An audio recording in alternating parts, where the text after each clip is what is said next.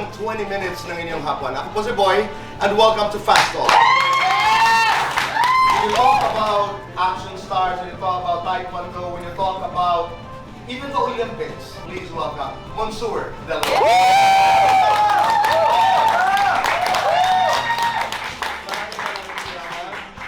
So, mahirap kasi, Kuya Boy, kasi nung panahon na yan, bago pa lang ang Taekwondo. And Taekwondo was introduced in the Olympics because Seoul, Korea hosted the Olympic Games. Okay.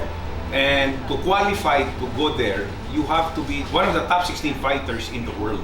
So you have to win the World Championships, you have to win the Southeast Asian Games, you have to win the Asian Games.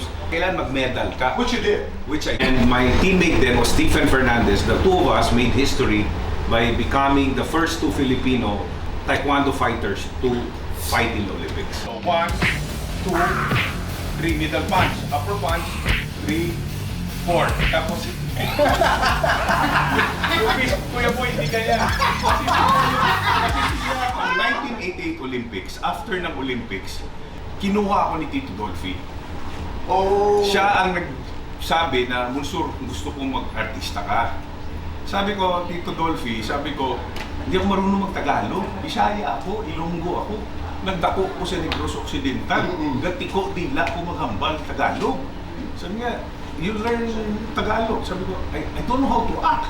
You take acting workshop. So, I did one movie. Nagkaroon ng magandang impact. Dumaming nag-enroll sa Taekwondo gyms. Nakukunti pa lang yung gyms noon. Kinausap ko ni Dr. Un Yung Kim, yung World Taekwondo Federation President. He passed away already. And si Professor Lee Kyusa, yun ang Asian Taekwondo Union President and President ng Philippine Taekwondo Association, si Sun Chun Hong, na pasukin na ang mundo ng pelikula.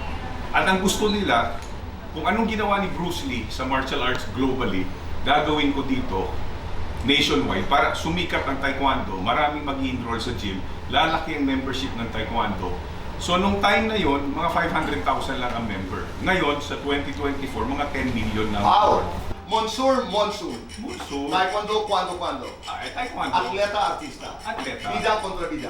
Bida. Sipa, tadya. Sipa. 1 to 10, gaano katakot kay Mrs.? 9! 1 to 10, gaano katinig sa chicks noon? Noon, 10. Ngayon, 1 na lang. Wala na. 1 to 10, gaano ka kagaling sa bakbakan? I was undefeated and I was 8-time national lightweight champion. Lights on or lights off? Dim lights. I like the way you laugh more. Happiness or chocolates? Happiness. This time for happiness. Anytime, day, night, evening, morning, anytime. Complete this phrase. Basta action star. Matikas.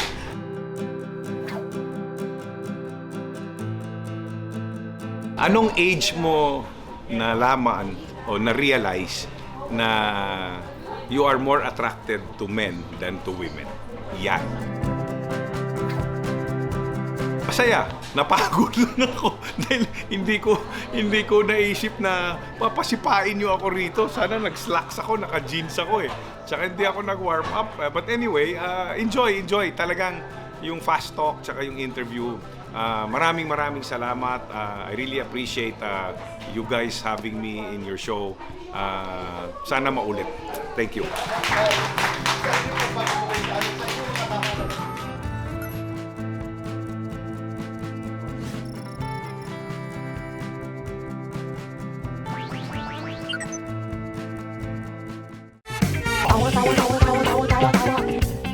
You know!